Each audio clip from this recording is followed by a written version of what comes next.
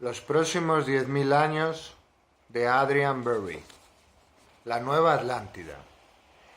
Un estudio del futuro requiere cierta valoración de la nueva filosofía que desarrolló en el siglo XVII Sir Francis Bacon. Las ideas de Bacon sorprendieron bastante entonces. Todavía están en las raíces de la civilización moderna y futura. Llevaron a cabo una revolución científica tan significativa como la revolución industrial, que le siguió un siglo y medio después y que fue su consecuencia directa. Bacon predicaba simplemente que la función propia de la ciencia es buscar la verdad y beneficiar a la gente. Esta idea, que para nosotros es un lugar común, casi no se había oído en su tiempo.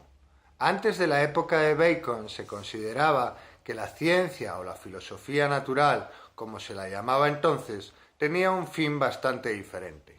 Toda creencia de que la ciencia y la tecnología estaban relacionadas o que deberían estarlo era considerada a la vez vulgar y absurda.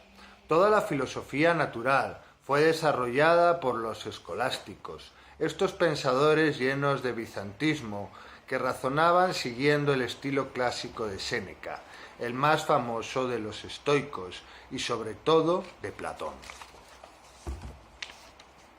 Antes del tiempo de Bacon había habido realmente cierto progreso científico. Galileo había observado a través de su primitivo telescopio que el planeta Júpiter tenía sus propias lunas, que giraban alrededor del mismo y no alrededor de la Tierra. Copérnico había demostrado que el Sol era el verdadero centro del sistema solar. Pero el público educado no consideró que estas curiosas informaciones eran verdadera ciencia. Otras cuestiones más fundamentales ocuparon las mentes más brillantes y polémicas de los siglos precedentes. ¿Cuál es el mayor bien?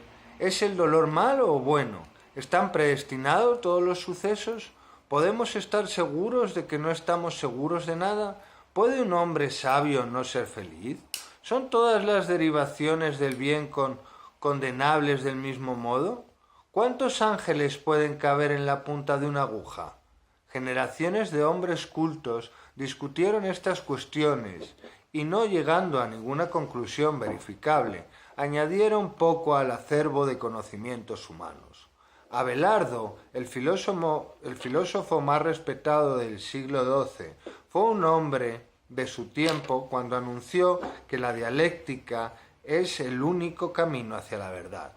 Juan de Salisbury, secretario del arzobispo Thomas Becket, cuando volvió a visitar una escuela de filosofía, se extrañó de hallarlos todavía discutiendo los mismos problemas que 30 años antes. Los escolásticos arguían y arguían. Con las palabras de un historiador, llenaron el mundo de largas barbas y largas palabras y lo dejaron tan ignorantes como lo encontraron. Toda la especulación científica anterior a Bacon estaba limitada por los principios clásicos.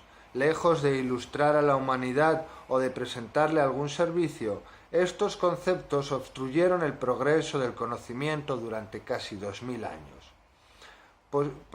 Posidonio, un escritor distinguido de la época de Julio César, se aventuró en un ensayo a citar el principio de la bóveda y la utilización de los metales como algunas de las más humildes bendiciones que el hombre debía a la filosofía natural.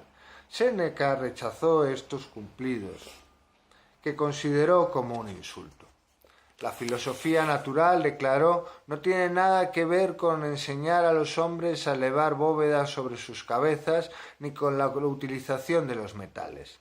El verdadero filósofo no se preocupa de si tiene una bóveda sobre su cabeza ni de si está expuesto al viento o a la lluvia. Lejos de explorar los usos de los metales, tronaba Séneca, la filosofía nos enseña a vivir sin materiales ni mecanismos. Un pasaje de Séneca explica con precisión la postura pre-baconiana hacia la ciencia. En mi propia época ha habido invenciones de este tipo. ventanas transparentes, tubos para difundir por igual el calor en todas las partes de un edificio, la taquigrafía, que ha llegado a una perfección tal que un escritor puede seguir al orador más rápido, pero la invención de estas cosas no es más que trabajo penoso para los esclavos más bajos. La filosofía se halla en un lugar más profundo. No es su oficio enseñar a los hombres cómo utilizar sus manos. El fin de sus lecciones es formar el alma, pero nos dirán que el primer zapatero era un filósofo. Pronto nos dirán que el primer zapatero era un filósofo. Estos sentimientos que prevalecieron entre casi todas las autoridades intelectuales y religiosas hasta Bacon venían fuertemente influidos por Aristóteles y los respaldaban Platón y Sócrates, como observa Bertrand Russell. El sesgo ético y estético de Aristóteles y aún más de Platón hizo mucho por matar la ciencia griega. Hasta Arquímedes, el mayor ingeniero de los tiempos clásicos, que tuvo en jaque a una escuadra romana en una bahía durante 3 años con sus invenciones mecánicas letales, se sentía algo culpable por estas obras, considerándolos poco más que una relajación de los rigores de la noble filosofía. Francis Bacon salió del Trinity College de Cambridge a la edad de 15 años, con un profundo desprecio por lo que consideraba que eran sus estrechas enseñanzas dialécticas. Bajo la dirección de su maestro, ese perseguidor fanático llamado John Whitgift, se dice que ya en esa época había estado meditando sobre el gran esquema de reforma filosófica que ha llevado su fama a través de los siglos. Las enseñanzas de Whitgift tuvieron en Bacon el efecto opuesto al deseado. El chico cogió un odio hacia las escuelas platónicas y aristotélicas que creció al madurar su mente. Decidió imitar a Platón escribiendo sus visiones de una utopía, ambas utopías, la República de Platón y la Nueva Atlántica de Bacon. Se parecían en que representaban los mundos ideales de estos dos grandes hombres, pero cuán distintas eran. Platón deseaba un mundo rígido, autoritario, en cierto modo tomando como modelo a Esparta, en el que cada ciudadano se mantendría en el sitio asignado.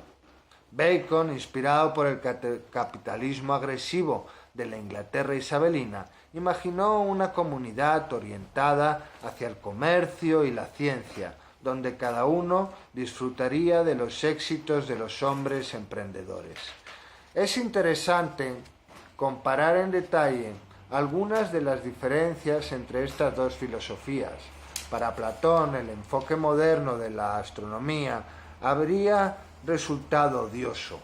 Declaró que el utilizar la astronomía para determinar las estaciones para la agricultura o la navegación o para cualquier otro fin práctico o hasta para intentar comprender el universo era una actividad vulgar e indigna de la filosofía. El conocimiento del movimiento de los cuerpos celestes no tenía para él ningún valor. Las formas de las constelaciones eran menos ejemplos, meras ayudas para las mentes débiles. Tenemos que ir más allá de ellas, tenemos que desdeñarlas, tenemos que llegar a una astronomía